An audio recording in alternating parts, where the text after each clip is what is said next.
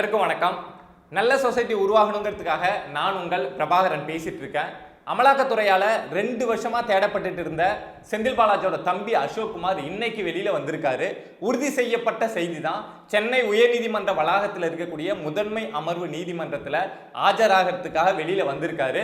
So அங்க வளாகத்தில் இருக்கக்கூடிய ரிப்போர்ட்டர்ஸ் கிட்ட பேசிட்டு அந்த விஷயத்தை கன்ஃபார்ம் பண்ணிக்கிட்டு தான் உங்க கூட ஷேர் பண்றேன். இன்னும் சொல்ல போனா இன்னும் கொஞ்சம் நேரத்தில் வந்து அவர் நீதிபதிகள் முன்னாடி ஆஜராக போறார் அப்படிங்கிற செய்தியும் வெளியாயிருக்கு. 2 வருஷமா தலைமறைவா இருந்த நபர் இடி வந்து எவ்வளவோ தேடி பார்த்தாங்க, கிடைக்காம ஒளிஞ்சிட்டு இருந்த நபர் இப்ப என்னத்துக்கு வெளியில வந்திருக்கார் அப்படிங்கிற விஷயத்தை ஃபர்ஸ்ட் சொல்லிடுறேன். செந்தில் பாலாஜி போக்குவரத்து துறை அமைச்சராக இருக்கிறப்போ வேலை வாங்கி தருவதாக சொல்லி நிறைய பேர்ட்ட பணம் வாங்கி ஏமாத்திட்டார் அப்படிங்கிற அந்த வழக்கு வந்து போயிட்டு இருக்கிறது நமக்கு தெரியும். ஸோ அந்த வழக்கில் தான் செந்தில் பாலாஜி வந்து கைது செய்யப்பட்டு ஒரு 15 மாசம் சிறையிலலாம் இருந்து இவ்வளவு கஷ்டப்பட்ட விஷயங்கள் நமக்கு தெரியும். பட் இந்த வழக்கில் ஒரு முக்கியமான நபர் அப்படின்னா செந்தில் பாலாஜியோட தம்பி அசோக்குமார், செந்தில் பாலாஜியோட உதவியாளர் சண்முகம். இவங்க 2 பேரும் இந்த வழக்கு சம்பந்தமா எங்கேயுமே ஆஜராகாம நிறைய முறை இடி வந்து சம்மன்லாம் அனுப்பிச்சாங்க. பட் இவங்க ஆஜராகவே இல்லை. ஏன் அப்படின்னா இவங்க தான் அந்த வழக்கில் ரொம்ப முக்கியமானவங்க. செந்தில் பாலாஜி அமைச்சரா இருக்கிறப்போ, போக்குவரத்து துறை அமைச்சரா இருக்கிறப்போ வேலை வாங்கி தருவதாக ஏமாத்திட்டார் அப்படிங்கிறதான் பிரச்சனை. பட் இவர் போக்குவரத்து துறை அமைச்சரா இருக்கிறப்போ இவர் எல்லா வேலையும் பார்த்துருக்க மாட்டார்ல. இவருக்கு கீழே இருக்கக்கூடியவங்க தானே அந்த பணம் வாங்குறது, அந்த டிரான்சாக்ஷன், இதை மாதிரி தப்பான விஷயங்களை அமைச்சர் உட்காந்துட்டு பண்ண மாட்டார்ல. அமைச்சருக்கு கீழே இருக்கக்கூடிய சுத்தி இருக்கக்கூடிய தம்பி தொம்பின்னு இருக்கக்கூடியவங்க தானே பண்ணுவாங்க. ஸோ அதை மாதிரி பண்ண நபர் தான் இந்த அசோக்குமார். ஸோ இவர் வந்து இடியோட சம்மனுக்கு ஆஜராகி பேச ஆரம்பிச்சார் அப்படின்னா செந்தில் பாலாஜி சம்பந்தமா நிறைய விஷயங்கள் வெளியில வரும் அப்படின்னு 2023ஆம் ஆண்டு ஜூன் மாசம் செந்தில் பாலாஜி கைது பண்ணப்பட்டப்பவே அடுத்து அசோக்குமாரை மட்டும் கைது பண்ணிட்டாங்க அப்படின்னா இதுல செந்தில் பாலாஜி பத்தின பல விஷயங்கள் வெளியில வரும் அப்படின்லாம் பேசப்பட்டது. பட் அப்போ தலைமறைவான இந்த அசோக்குமார் அதுக்கப்புறம் எங்க இருக்காரு அப்படின்னு தெரியாமலே இருந்தது. இவர் வெளியில வந்தாதான்ப்பா இந்த வழக்குல வந்து ஒரு முடிவே வரும். ஏன்னா எல்லா விஷயத்தையும் செஞ்சவர் இவர் தான். இவர் வெளியில வந்தா வழக்கு முடிவுக்கு வர்றதை தாண்டி இன்னும் பல விஷயங்கள்ல செந்தில் பாலாஜி சிக்குவார் அப்படின்னா இடி தரப்புல இருந்தும் சரி, இந்த மீடியாவை ஃபாலோ பண்ண கூடியவங்களும் சரி, எப்பப்பா இந்த அசோக்குமார் வெளியில வருவாரு, இடி எப்பப்பா அவரை கண்டுபிடிப்பாங்க அப்படின்னு தேடிட்டு இருந்தாங்க. பட் இந்த டைம்ல தான் இந்த வழக்கு அப்படிங்கிறது சென்னை முதன்மை அமர்வு நீதிமன்றத்தில் போயிட்டு இருந்தது. ஸோ அது சம்பந்தமா ஆல்ரெடி வந்து சார்ஜ் ஷீட் அப்படிங்கிறத இடி தரப்புல இருந்து ஃபைல் பண்ணியிருந்தாங்க. செந்தில் பாலாஜி வந்து இப்படிலாம் இந்த குற்றம் பண்ணியிருக்காரு அப்படின்னு. பட் இந்த வருஷம் 2025 பிப்ரவரி மாசம் என்ன பண்றாங்க அப்படின்னா இடி போயிட்டு ஒரு அடிஷனல் சார்ஜ் ஷீட் அப்படிங்கிறத நீதிமன்றத்தில் ஃபைல் பண்றாங்க. அதுல செந்தில் பாலாஜியோட தம்பி அசோக்குமார், செந்தில் பாலாஜியோட உதவியாளர் சண்முகம், இது இல்லாம ஒரு 13 பேருடைய பேரை வந்து சேர்த்து இவங்க 13 பேரும் இங்க வந்து விசாரணைக்கு ஆஜராகணும் அப்படின்னு சொல்லிட்டு முதன்மை அமர்வு நீதிமன்றத்தில் நீதிபதி கார்த்திகேயன் முன்னாடி வந்து வைக்கிறாங்க. ஸோ இந்த வழக்கு அப்படிங்கிறது ஒரு 2 மாசமா போயிட்டு ஒரு 10 நாளைக்கு முன்னாடி இந்த ஹியரிங் அப்படிங்கிறது நடந்தது. அப்போ நீதிபதி கார்த்திகேயன் என்ன சொல்றாங்க அப்படின்னா ஏப்ரல் 9ஆம் தேதி இந்த வழக்கில் வந்து இந்த 13 பேரும் நீதிமன்றத்துக்கு வந்து ஆஜராகணும், செந்தில் பாலாஜியோட தம்பி அசோக்குமார் உட்பட எல்லாரும் வந்து ஆஜராகணும் அப்படின்னு சொல்லிட்டு ஒரு உத்தரவை போட்டிருந்தாங்க. ஸோ அந்த அடிப்படையில தான் இப்போ இந்த அசோக்குமார் வந்து வெளியில வந்திருக்காரு. இடி வந்து 2 வருஷமா தேடிட்டு இருக்காங்க. பட் அதுக்காக வெளியில வரல. பட் இப்ப நீதிமன்றமே சொல்லிட்டாங்க நேர்ல வந்து ஆஜராகணும் அப்படின்னு. ஸோ இப்போவும் வெளியில வரல அப்படின்னா அதுக்கப்புறம் வெளியில வருவதற்கான வாய்ப்பு அப்படிங்கிறதே இல்லாத போயிடும் அப்படிங்கிற சூழல்ல தான் இன்னைக்கு உயர்நீதிமன்ற வளாகத்துக்குள்ள செந்தில் பாலாஜியோட தம்பி அசோக்குமார் வந்திருக்காரு. ஸோ இன்னும் கொஞ்ச நேரத்தில் அவர்கிட்ட நீதிபதி கார்த்திகேயன் வந்து விசாரணை அப்படிங்கிறத தொடங்க போறாங்க. அந்த 13 பேர் சொன்னால அந்த லிஸ்ட்ல இருக்கக்கூடியவங்க, ஸோ எல்லாருமே கிட்டத்தட்ட 13 பேர்ல 10க்கு மேற்பட்டவங்க வந்திருக்காங்க அப்படின்னு சொல்றாங்க. ஸோ அந்த 10 பேருக்கிட்டையும் இது சம்பந்தமான விசாரணை அப்படிங்கிறது போகும். ஸோ கூடிய சீக்கிரம் இந்த வழக்கு அடுத்த கட்டத்தை நோக்கி நகர்ந்தது அப்படின்னா அந்த பணம் வாங்கினது, அந்த பணம் கொடுத்தது, இந்த விஷயங்கள்லாம் தெரிய வந்துடும். இது ஃபர்ஸ்ட் விஷயம்.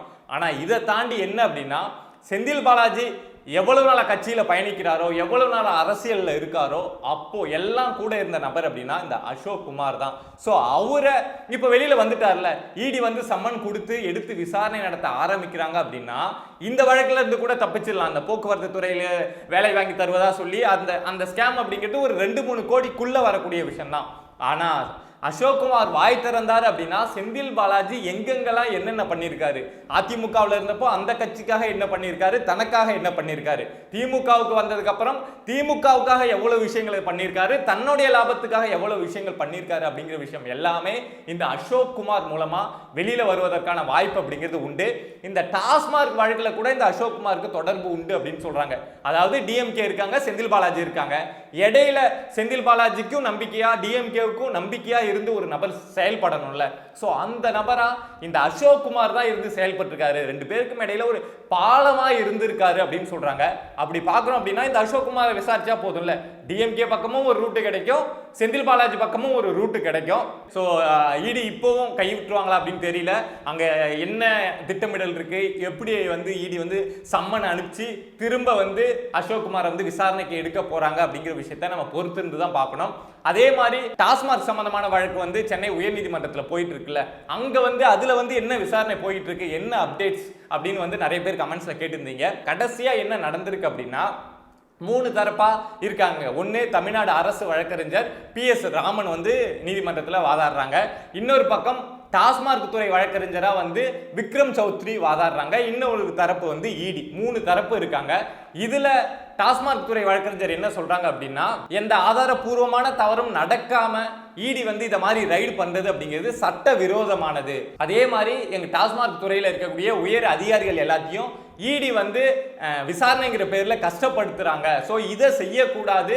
அதே மாதிரி இந்த அவங்க வந்து தொடர்ந்து இந்த வழக்கு விசாரணையை கொண்டு போகக்கூடாது அப்படின்னு விக்ரம் சௌத்ரி நீதிமன்றம் முன்னாடி தன்னுடைய வாதத்தை வைக்கிறாரு. நீதிமன்றம் அதை கேட்குது. பட் இடி தரப்புல இருந்து என்ன சொல்றாங்க அப்படின்னா, அவங்க வந்து நாங்க ஆதாரமே இல்லாம வந்து ரைட் நடத்திட்டோம் அப்படின்னு தானே சொல்றாங்க. நாங்க அங்கிருந்து கைப்பற்றின ஆதாரம் ஆவணம் எல்லாத்தையும் நீதிமன்றம் முன்னாடி சப்மிட் பண்றோம் அப்படிங்கிற விஷயத்த சொல்லியிருக்காங்க. சொல்லிட்டு இடி தரப்புலேருந்து என்ன கேட்குறாங்க அப்படின்னா, இது திமுகவுக்கு கிட்டத்தட்ட ஒரு பெரிய பேக் ஃபயர் அப்படின்னே சொல்லலாம். என்ன அப்படின்னா, இதுக்கு முன்னாடி இந்த வழக்கை விசாரிச்ச அமர்வு என்ன சொன்னாங்க அப்படின்னா, வாய்மொழியா ஒரு ஓரல் இன்ஸ்ட்ரக்ஷன் அப்படிங்கிறத கொடுத்துருந்தாங்க. இந்த அடுத்த ஹியரிங் வர வரைக்கும் இடி வந்து இது சம்பந்தமா அடுத்தடுத்து எந்த நடவடிக்கையும் எடுக்கக்கூடாது. அதாவது சம்மன் அனுப்புறதோ இல்லை டாஸ்மார்க்ல துறையிலேயே வேற யாருக்கிட்டையாவது விசாரணை நடத்துறதோ அது மாதிரி விஷயங்களை பண்ணக்கூடாது அப்படின்னு சொல்லியிருந்தாங்க. பட் அது வந்து ஓரலாக தான் சொல்லியிருந்தாங்க. எங்களுக்கு இன்னும் அந்த கட்டுப்பாடு இருக்கா அப்படின்னு சொல்லிட்டு இடி தரப்புலேருந்து நீதிபதிகள்கிட்ட கேட்குறாங்க. அதுக்கு நீதிபதிகள் அப்படியா, அப்படிலாம் எதுவும் கிடையாது, அந்த அமர்வே மாறிடுச்சு, அது இல்லாமல் அவங்க சொல்லியிருந்தது அடுத்த ஹியரிங் வந்து இது சம்பந்தமா வர வரைக்கும் தான், அப்படிங்கிறப்போ அதை மாதிரிலாம் எதுவும் கிடையாது, இடிக்கு எந்த கட்டுப்பாடும் கிடையாது. இந்த டாஸ்மார்க் வழக்கில் அவங்க யாருக்கு சம்மன் அனுப்பணுமோ அனுப்பலாம், எந்த அதிகாரியை கூப்பிட்டு விசாரிக்கணுமோ விசாரிக்கலாம் அப்படின்னு தான் சொல்லியிருக்காங்க. ஸோ இன்னைக்கு இந்த வழக்கு விசாரணை அப்படிங்கிறது நடந்தது அப்படின்னா, டாஸ்மார்க் விஷயத்தில் உயர்நீதிமன்றத்தில் இந்த ஹியரிங் நடந்து கேஸ் வந்து லிஸ்ட் ஆகி இந்த விஷயங்கள் வந்து பேசப்பட்டது அப்படின்னா என்ன அப்டேட் கிடைக்குதோ அதை உங்க கூட வந்து ஷேர் பண்ணுறேன். ஸோ 2 விஷயங்கள் பார்த்துருக்கோம், 2 அப்டேட் பார்த்துருக்கோம். இன்னைக்கே சென்னை உயர்நீதிமன்ற வளாகத்துக்குள்ளேயே 2 விஷயங்கள் நடக்க போகுது. ஒன்று டாஸ்மார்க் வழக்கு விசாரணை நடக்க போகுது. இன்னொன்று முதன்மை அமர்வு நீதிமன்றத்தில் செந்தில் பாலாஜியோட தம்பி அசோக் குமார் வந்து ஆஜராகி நீதிபதிகள் முன்னாடி விசாரணைக்கு ஆஜராகி பதில் சொல்ல போறாரு. ஸோ இது சம்பந்தமா என்ன விஷயங்கள் அப்டேட்டாக கிடைச்சாலும் உங்க கூட வந்து உடனே ஷேர் பண்றேன். அதுக்காக நீங்க பண்ண வேண்டிய விஷயம் ஒன்று தான், பிரபா டாக் சேனலை சப்ஸ்கிரைப் பண்ணி சப்போர்ட் பண்ணுங்க. அதே மாதிரி இது என்னுடைய சேனல் அப்படின்லாம் நினைச்சிக்காதீங்க, நம்ம சேனல். இது சம்பந்தமா உங்களுக்கு ஏதாவது கருத்து தெரிவிக்கணும் அப்படின்னு தோணுச்சுன்னா இன்ட்ரோல வரக்கூடிய அந்த நம்பருக்கு கான்டாக்ட் பண்ணி நீங்க எப்ப வேணாலும் உங்களுடைய கருத்துக்களை பதிவு செய்யலாம். நன்றி.